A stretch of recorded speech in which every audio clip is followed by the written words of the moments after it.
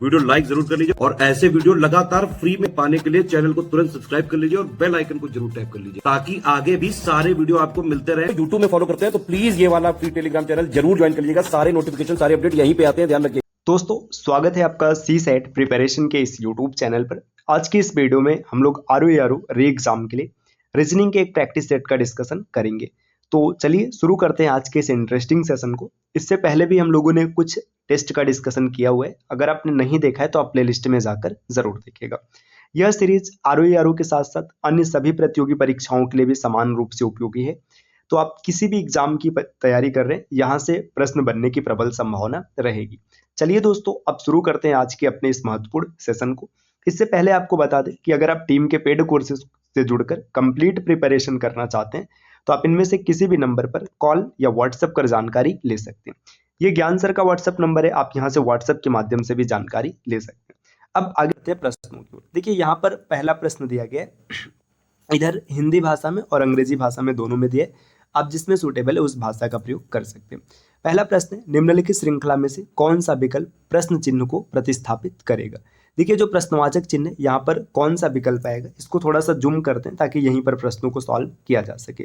देखिए अगर आप प्लेस वैल्यू के साथ चलेंगे तो आप देखिए जेड है, जेड के बाद टी आ गया, टी के बाद एन आ गया। यहाँ पे क्या दिख रहा है, ये प्लेस वैल्यू इसकी 26 होती है, इसकी प्लेस वैल्यू 20 होती है, इसकी 14 है। तो यहाँ पे 6 का डिफरेंस है, फिर 6 का डिफरेंस है, तो फिर 6 कम करेंगे तो आप एच लिखेंगे। अब कौन कौन सा विकल्प है जो एच से शुरू है, तो विकल्प ए और विकल्प सी, इन्हीं में से कोई एक उत्तर बनेगा। अब इसके बाद देखिएगा दूसरे लेटर को देखिएगा, यहाँ पे एक्स है और यहाँ पर आर है। एक्स की प्लेस वैल्यू अगर आप देखेंगे तो 24 होता है और आर की प्लेस वैल्यू होती है 18।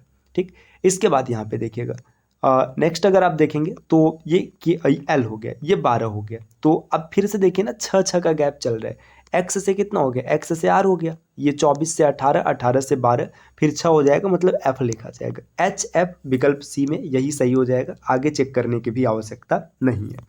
अगले प्रश्न को देखते हैं। देखिए नेक्स्ट यहाँ पर दिया है, आपको बताना है कि प्रश्नवाचक चिन्ह के स्थान पर कौन सा विकल्प आएगा। देखिए ए बी, फिर ये 9 दिया है, डी ई 81 दिया है, जे के 441 है, एम एन 729 है, पी क्यू 1089। सबसे पहले तो जितनी भी संख्याएं दिख रही सभी संख्याएं पूर्ण वर्ग हैं। अब ये पूर्ण वर्ग आ कहाँ से रहा है, देखिए ए बी, ए की प्लेस वैल्यू 1 और बी की प्लेस वैल्यू 2, 1 और 2 जोड़ने पर 3 आ गया, 3 का स्क्वायर 9 दिया गया।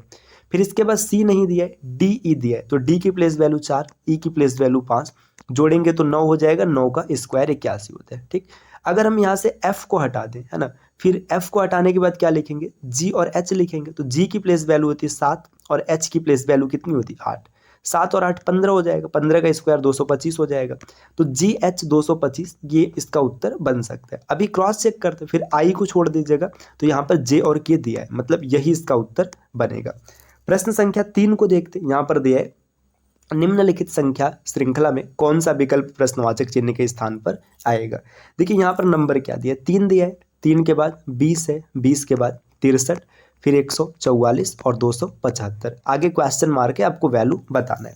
तो यहाँ पर सबसे पहले आप क्या करिए, कोई पैटर्न नहीं दिख रहा है तो आप डिफरेंस निकालिएगा। देखिए ये डिफरेंस अगर आप देखेंगे 17 है। अगला डिफरेंस यहाँ पर अगर आप देखेंगे तो ये 63 है दोस्तों, मैंने यहाँ पे 26 लिख दिया, माफ़ कीजिएगा, ये 63 होगा। जब 63 के साथ रुके, इसको थोड़ा सही कर लेते हैं, इसको ये पूरा क्यों मिटाना, यहाँ पे प्रश्नवाचक चिन्ह है, इसको सिर्फ मिटा करके 63 कर लिया जाए। ये जो ये नंबर है यहाँ पे 63 रहेगा, मैंने गलती से 26 लिख दिया था, इसको 63 लिखेंगे। अब डिफरेंस देखिए, यहाँ पर 17 का डिफरेंस है, आगे अगर आप देखेंगे तो यहाँ पर 43 का डिफरेंस हो गया। इसके बाद यहाँ पर अगर आप डिफरेंस देखिए तो ये फिर एक, ये 81 का डिफरेंस है। फिर अगर आप यहाँ पर देखेंगे डिफरेंस कितने का हो जाएगा 1, और यहाँ पर मिलेगा 3, 131 का डिफरेंस है। अब यहाँ पे भी कुछ नहीं मिला तो डबल डिफरेंस निकालेगा। डबल डिफरेंस अगर आप देखेंगे तो ये डिफरेंस आपको यहाँ पे मिल जाएगा 26 का। अगला डिफरेंस अगर आप देखेंगे तो ये 28 का हो जाएगा। 26 के बाद ये 38 का डिफरेंस है, माफ़ कीजिएगा 38 है। नेक्स्ट देखिए यहाँ पर कितने का, ये 50 का डिफरेंस है। अब देखिए ट्रिपल डिफरेंस देखिए, ये 12 है, यहाँ पर भी 12 है, मतलब ये 12 का ट्रिपल डिफरेंस चल रहा है। तो 50 में अगर आप 12 जोड़ेंगे तो आपको मिलेगा 62। ठीक, 62 मिल गया। अब इस नंबर में 62 जोड़िएगा, जैसे ही 62 जोड़ेंगे तो 2 और 1 3 हो जाएगा, 13 6 19, 193, 275 यहाँ पर दिया गया, इसमें 193 ऐड करना है।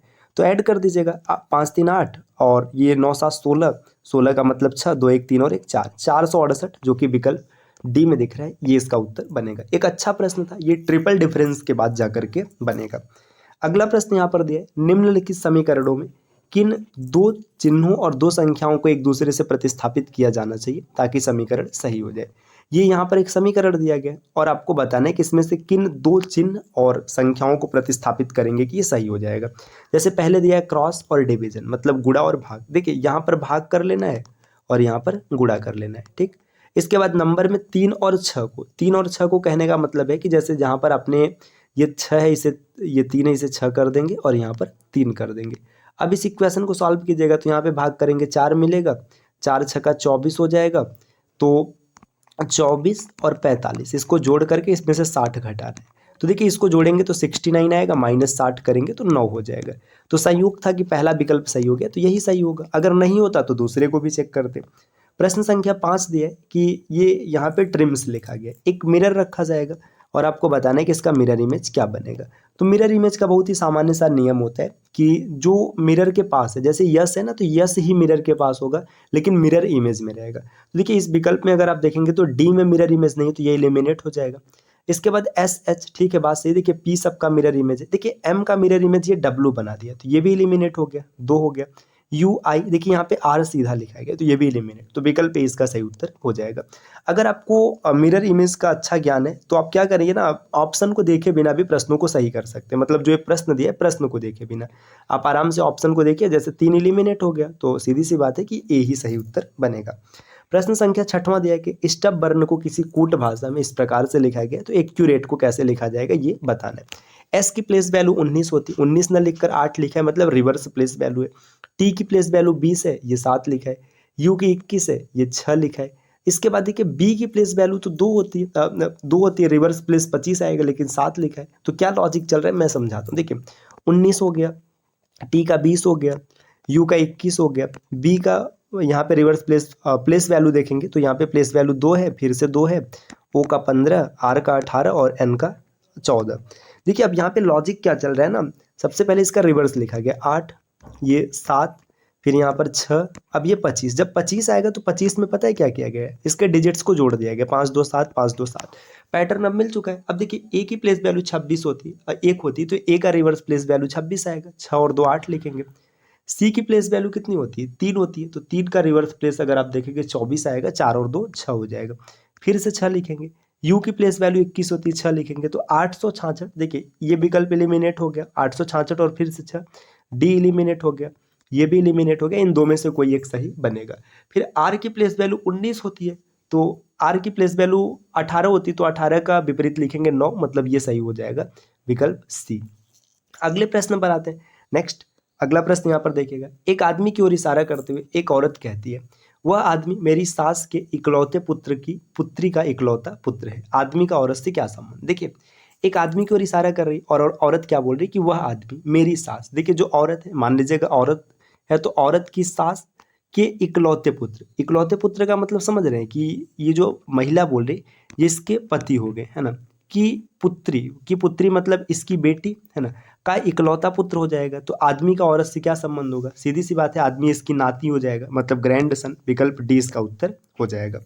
प्रश्न संख्या 8 दिया है, प्रश्नवाचक चिन्ह के स्थान पर क्या आएगा ये बताना है। इसको थोड़ा सा जूम करते और यहीं पर सॉल्व करते। देखिए एस दिया है ना, एस के बाद टी यू हो गया, ठीक। आगे देखिए यहाँ पर नहीं निकाल सकते, वाई के बाद जेड ए, प्लस 2 चल रहा है, तो यू की प्लेस वैल्यू कितनी होती है 21, 21 में 2 जोड़ेंगे 23, मतलब यहाँ पर डब्ल्यू आएगा। अब देखिए सभी विकल्प में डब्ल्यू है। अब दूसरे को चेक करते, देखिए ए के बाद सी है, 2 जुड़ा है, फिर इसके बाद यहाँ पे 2 जोड़ देंगे तो ई आ जाएगा, और ई में 2 जोड़ेंगे तो जी आएगा, डब्ल्यू ई, विकल्प डी इसका उत्तर बन गया। नेक्स्ट अगले प्रश्न को देखते हैं, प्रश्न संख्या 9 यहाँ पर दिया गया। देखिए 9वां प्रश्न क्या है कि किन दो समीकरण, मतलब समीकरण में किन दो चिन्हों और दो संख्याओं को एक दूसरे से प्रतिस्थापित किया जाए ताकि समीकरण सही हो जाए। ऐसा प्रश्न अभी हम लोगों ने एक देखा है, तो इसका उत्तर क्या होगा आप कमेंट करके बताइएगा। चलिए आगे बढ़ते हैं। प्रश्न संख्या 10 आपको यहाँ पर दिया गया। देखिए 10 नंबर का प्रश्न क्या कहता है, 10 नंबर का प्रश्न है कि आपको एक प्रश्न और कुछ कथन दिए गए, बताइए कि कौन सा कथन प्रश्न का उत्तर देने के लिए पर्याप्त है। प्रश्न ये है, अर्चना सिमरन से कैसे संबंधित है, आपको ये बताना है। अब यहाँ पर कथन क्या दिया गया, 3 कथन है कि जितेंद्र अर्चना का पिता है। जो जितेंद्र है ये फादर है किसका, अर्चना का।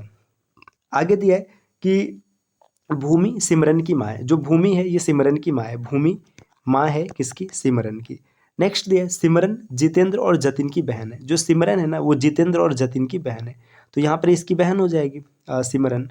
अब आपको क्या बताना है, आपको बताना है कि अर्चना सिमरन से कैसे संबंधित है, तो अर्चना इसकी बुआ हो जाएगी। आप पहले और तीसरे का प्रयोग करके ही बता लेंगे, दूसरे की कोई आवश्यकता ही नहीं है, तो पहले और तीसरे का प्रयोग करके इसका उत्तर दिया जा सकता है, तो विकल्प सी इसका उत्तर बन जाएगा। अगला प्रश्न, प्रश्न संख्या 11, उस चित्र का चयन करें जो तीसरे चित्र से ठीक उसी प्रकार संबंधित है जिस प्रकार से दूसरा चित्र पहले से। देखिए ये दूसरा किसी विशेष पैटर्न पर पहले से संबंधित है, तो आपको बताना है कि ये जो चौथा वाला है तीसरे से कैसे संबंधित होगा। देखिए क्या पैटर्न चल रहा है, अगर आप पहले को देखो और दूसरे को देखो, देखो ये पहले में आकृति कुछ ऐसी बनी थी, ये आकृति ऐसे था और ये ऐसे बना हुआ था। यहाँ पे रोटेशन कैसे हुआ, अगर आप इसको यहाँ से डिवाइड करेंगे 90 डिग्री, तो 45 डिग्री रोटेट किया है और इसका डायरेक्शन चेंज हो गया है। और देखिए ये 45 डिग्री इस डायरेक्शन में आया है ना, और ये नीचे वाला क्या हुआ है 45 डिग्री इस डायरेक्शन में आया और इसका भी ये जो फेस है ये ऐसे चेंज हो चुका है, तो पैटर्न आपको मिल गया। अब देखिए इसको अगर आप 45 डिग्री रोटेट करेंगे तो सीधा हो जाएगा और इसका फेस इधर हो जाएगा, और इसको 45 डिग्री बैक लाएंगे तो ये सीधा हो जाएगा और इसका फेस इधर हो जाएगा। तो ऐसा सिर्फ कौन दिख रहा है, ऐसा विकल्प दिख रहा है डी, ए, यही इसका उत्तर हो जाएगा। प्रश्न संख्या 12 यहाँ पर दिया है कि समरूप गुणों के आधार पर 3 आकृतियों को अलग अलग बांटना है। इसमें समरूप गुण देखना है, आराम से आप देख सकते हैं। देखिए 3 में ये इसका फेस नुकीला है, 4 में नुकीला है और 8 में, तो 3, 4 और 8 ये तीनों एक साथ होंगे। देखिए किस विकल्प में, 3, 4, 8 पहले में नहीं है, दूसरे में नहीं है, तीसरे में नहीं, चौथे में देखिए 3, 4, 8, 7, यही सही होगा। आगे भी आप देख सकते हैं कि ये यहाँ पे इस प्रकार से इसमें पहले में है, 5वें में है और 9वें में, तो देखिए ये पहला, 5वां और 9वां एक साथ है, ये इसका उत्तर बनेगा। प्रश्न संख्या 13 यहाँ पर दिया है कि 1, 2, 3, 4, यहाँ पर 4 आकृतियाँ दी गई हैं, 3 एक जैसी और एक सबसे अलग है, तो कौन सबसे अलग है यही बताना है। देखिए अगर आप इसमें देखेंगे कौन सबसे अलग है, देखिए ये चतुर्भुज है, ये त्रिभुज है, ये खटभुज है, लेकिन यहाँ पर देखिए ये भुजा का कोई रोल नहीं है, तो ये सबसे अलग हो जाएगा विकल्प तीसरा, तो इसका उत्तर होगा सी। अगले प्रश्न पर आते हैं, प्रश्न संख्या 14 दिया गया वेन आरेख है, इसमें कितने लोग हैं जो भौतिक और रसायन दोनों पढ़ते हैं, तो फिजिक्स और केमिस्ट्री दोनों पढ़ने वालों को बताना है। देखिए ये केमिस्ट्री पढ़ने वाला है, ये फिजिक्स पढ़ने वाला है, जितने लोग दोनों में आएंगे उन्हीं का नाम शामिल करना है। तो देखिए ये ट्रायंगल फिजिक्स को इंडिकेट कर रहा है, ठीक, और ये सर्कल केमिस्ट्री को इंडिकेट कर रहा है, तो इसमें दोनों लोग को कौन कौन आ रहा है, देखिए 25 और 27, 25, 27, 52, विकल्प ए इसका उत्तर बनेगा। प्रश्न संख्या 15 यहाँ पर दिया, एक डाइस है, डाइस के 3 अलग अलग स्थितियां दी गई है, आपको बताना है पिंक के विपरीत कौन आएगा। बहुत ही आसान सा प्रश्न है, जब कभी भी एक डाइस की 2 या 2 से अधिक स्थितियां दिखाई जाए तो उसमें अपोजिट फेस निकालना बहुत ही आसान होता है। देखो पता है क्या करना है, आप ऐसे डाइस को सेलेक्ट कीजिए जिसमें 1 फेस कॉमन, ठीक है। 1 फेस कॉमन को अगर आप सेलेक्ट करना चाहेंगे तो पहले और तीसरे को सेलेक्ट किया जा सकता है, क्योंकि देखिए pink, yellow, red, pink, white, blue, सिर्फ एक ही फेस कॉमन है। अब जो कॉमन है उसको लिखिए, जैसे पिंक, पिंक कॉमन है, अब इसको या तो क्लॉकवाइज रोटेट कीजिए या तो एंटी क्लॉकवाइज, तो एंटी क्लॉकवाइज हम लोग या फिर ऐसे क्लॉकवाइज रोटेट करते हैं, तो येलो और रेड। यहाँ पर देखिए इसको भी रोटेट करेंगे तो व्हाइट और ब्लू, देखिए रेड और ब्लू एक दूसरे के अपोजिट हो गया, व्हाइट और येलो एक दूसरे के अपोजिट हो गया। अब पिंक बचा है, अब इसमें देखिए पिंक के अपोजिट कौन आएगा, रेड नहीं आ सकता है ना, येलो भी नहीं आ सकता, ब्लू भी नहीं आ सकता, तो बचा है ग्रीन, ग्रीन इस प्रश्न का उत्तर हो जाएगा। अगला प्रश्न यहाँ पर दिया, प्रश्न संख्या 16, देविका अपने घर से दक्षिण में 50 किलोमीटर गई। देखिए मान लीजिए यहाँ पे देविका का घर है, ये इसके साउथ में जाती है कितना, 50 किलोमीटर, ठीक, यहाँ पे 50 किमी आई, इसके बाद क्या होता है और फिर बाएं मुड़ गई, तो यहाँ से लेफ्ट टर्न लेती है, देखिए नीचे से लेफ्ट टर्न अगर लेगी तो इसका लेफ्ट टर्न आ जाएगा इधर, लेफ्ट टर्न लेती है और 20 किलोमीटर फिर जाती है, और यहाँ से उत्तर मतलब ऊपर की ओर जाती है और 30 किलोमीटर गई। अब पूछा जा रहा है कि उसका घर मतलब उसका जो घर है वर्तमान स्थान से किस दिशा में, देखो यहाँ पर है, इसका घर इस दिशा में है। अब ये डायरेक्शन अगर आपको निकालना है तो बहुत ही आसान है, देखिए नॉर्थ, साउथ, ईस्ट और west, north west, north west का मतलब है उत्तर पश्चिम, विकल्प ए इस प्रश्न का उत्तर हो जाएगा। अगला प्रश्न यहाँ पर दिया, प्रश्न संख्या 17, यदि किसी बुजुर्ग दंपत्ति का रास्ते में एक्सीडेंट हो जाता है तो इस स्थिति में आपकी सबसे उचित प्रतिक्रिया क्या होगी। आप एक अधिकारी हैं, आपने देखा कि एक बुजुर्ग का एक्सीडेंट हो गया, तो आपकी प्रतिक्रिया क्या होगी। आप उस बुजुर्ग दंपति को उसी दशा पर छोड़ देंगे, ऐसा करना बिल्कुल उचित नहीं है, आप तुरंत एम्बुलेंस बुलाएंगे। ये उत्तर हो सकता है, लेकिन अगर इससे सटीक कोई उत्तर ना मिले तब आप उन्हें बिना देरी किए हॉस्पिटल में पहुंचाएंगे, तो ये पहले से ज़्यादा अच्छा है। तो आप एम्बुलेंस बुलाएंगे, आने में समय लगेगा, इससे ज़्यादा अच्छा है कि आप हॉस्पिटल पहुंचाइए। अब ये सही हो सकता है। आप प्रतीक्षा करेंगे कि कोई उनकी सहायता करने के लिए आ रहा है कि नहीं, तो ये भी गलत है। तो विकल्प सी इस प्रश्न का उत्तर हो जाएगा। देखिए, जो ये तार्किक प्रश्न होते हैं, इसमें ये देखना होता है कि किस प्रकार के विकल्प वहाँ पर दिए गए। अब जैसे मान के चलिए, अगर ये वह विकल्प नहीं दिया होता तो आप तुरंत एम्बुलेंस बुलाने का काम करते, ये चीज़ होता है। अगला प्रश्न यहाँ पर दिया है कि नीचे कुछ धारणाएं दी गई है, जैसे ये एक कथन है और कुछ पूर्ण धारणा है। अब बताओ इसमें से कौन सा सही है। कंप्यूटर शिक्षा विद्यालय स्तर से शुरू हो जानी चाहिए। अब देखिए, ये कहा जा रहा है कि कंप्यूटर शिक्षा शुरू हो जानी चाहिए। अब कंप्यूटर शिक्षा अगर विद्यालय में शुरू हो जानी चाहिए तो इसकी धारणा क्या है? कंप्यूटर सीखना बहुत आसान काम है। सही है, आसान है तभी तो शुरू होना चाहिए, बिल्कुल सही है। कंप्यूटर शिक्षा से आसानी से नौकरी मिल जाती, तो ये तो फिर भाई गलत है। अगर कंप्यूटर शिक्षा से नौकरी मिल जाती तो फिर हम सब नौकरी कर रहे होते। तो ये विकल्प ए इसका सही उत्तर बनेगा। अगला प्रश्न यहाँ पर 19 नंबर का, कि नीचे एक धारणा दिया गया है, मतलब ये वही है, कथन है और फिर पूर्व धारणा। विटामिन ई की गोली संचरण प्रक्रिया को सुधारती है और आपके रंग रूप को सुधारने का कार्य करती है। लोग दमकता हुआ रूप रंग पसंद करते हैं, तो इसका कोई जिक्र ही नहीं है। संचरण की अनुपस्थिति से रंग रूप नीरस हो जाता है। ये हो सकता है क्योंकि भाई विटामिन ई संचरण को ही तो बढ़ाकर रंग रूप सुधार रहे हैं। तो केवल दो निहित है, विकल्प बी उत्तर बनेगा। अगला प्रश्न देखते हैं, प्रश्न संख्या 20 यहाँ पर दिया गया। देखिए, किसी कोड भाषा में फ्लावर को कुछ इस प्रकार से लिखा गया, तो आपको बताना है कि क्रिकेट को कैसे लिखा जाएगा। देखिए, एफ को जी लिखा गया, एल को के लिखा गया, ओ को पी लिखा गया, डब्ल्यू को वी लिखा गया, एफ को ई और क्यू को आर को क्यू। देखिए यहाँ पे क्या पैटर्न चल रहा है। देखिए, F L O W E R. देखिए, एफ मतलब ये +1 है, ठीक, तब जी आ गया। एल से -1 है, ओ से +1 है ना। फिर देखिए, डब्ल्यू से -1 है, ई से +1 है ना, और इसके बाद -1 +1 -1 +1 -1 ये चल रहा है। तो सी के बाद डी लिखेंगे, आर से पहले क्यू लिखेंगे, आई के बाद जे लिखेंगे, सी से पहले बी आ जाएगा, ई के बाद एफ हो जाएगा, ई के बाद एफ। यहाँ पर काहे मिसमैच हो रहा है भाई। क्रिकेट को उसी कोड भाषा में क्या लिखा जाएगा, यहाँ पे CRI। अच्छा, यहाँ पे ध्यान दीजिएगा, सी को डी लिखा गया, आर को क्यू लिखा गया, आई को जे, फिर सी को बी, फिर यहाँ पे के है ना, के को एल लिखेंगे, ये इसीलिए मिसमैच हो रहा था। फिर आगे डी लिखा जाएगा और टी को यू लिखा जाएगा। तो D Q J B L D U, L D U, देखो एल डी यू इसमें नहीं तो एलिमिनेट हो गया। अब इसके बाद देखिएगा बी, मिला लेते सबको, डी क्यू जे बी है ना, ये पहले में दिख रहा है D Q J B L D U, तो ये बिल्कुल सही हो जाएगा। प्रश्न संख्या 21 यहाँ पर दिया गया कि किसी कोड भाषा में ब्यूटी को इस प्रकार लिखा गया, तो गार्डन का कोड बताना है, कमेंट कीजिएगा आप लोग। अगला प्रश्न है 22 नंबर, तो इसका भी उत्तर क्या होगा, आप कमेंट कीजिएगा। तो साथियों, ये आज की क्लास रही जिसमें हम लोगों ने कुल 22 प्रश्नों का डिस्कशन किया। ये वीडियोस आपको लगातार मिलती रहेंगी आरओ का जब तक एग्जाम नहीं हो जाता। तो आप रीजनिंग के प्रैक्टिस सेट को लगातार देखने के लिए चैनल को सब्सक्राइब कर सकते हैं। और अगर आप आरओ या फिर यूपी पीसीएस की कंप्लीट तैयारी करना चाहते हैं तो टीम के पेड कोर्सेज को ज्वाइन कर सकते हैं, जिसके लिए आप इनमें से किसी भी नंबर पर कॉल या व्हाट्सएप कर जानकारी प्राप्त कर सकते हैं। मिलते हैं आपसे नेक्स्ट वीडियो में कुछ नई इन्फॉर्मेशन के साथ, तब तक के लिए नमस्कार।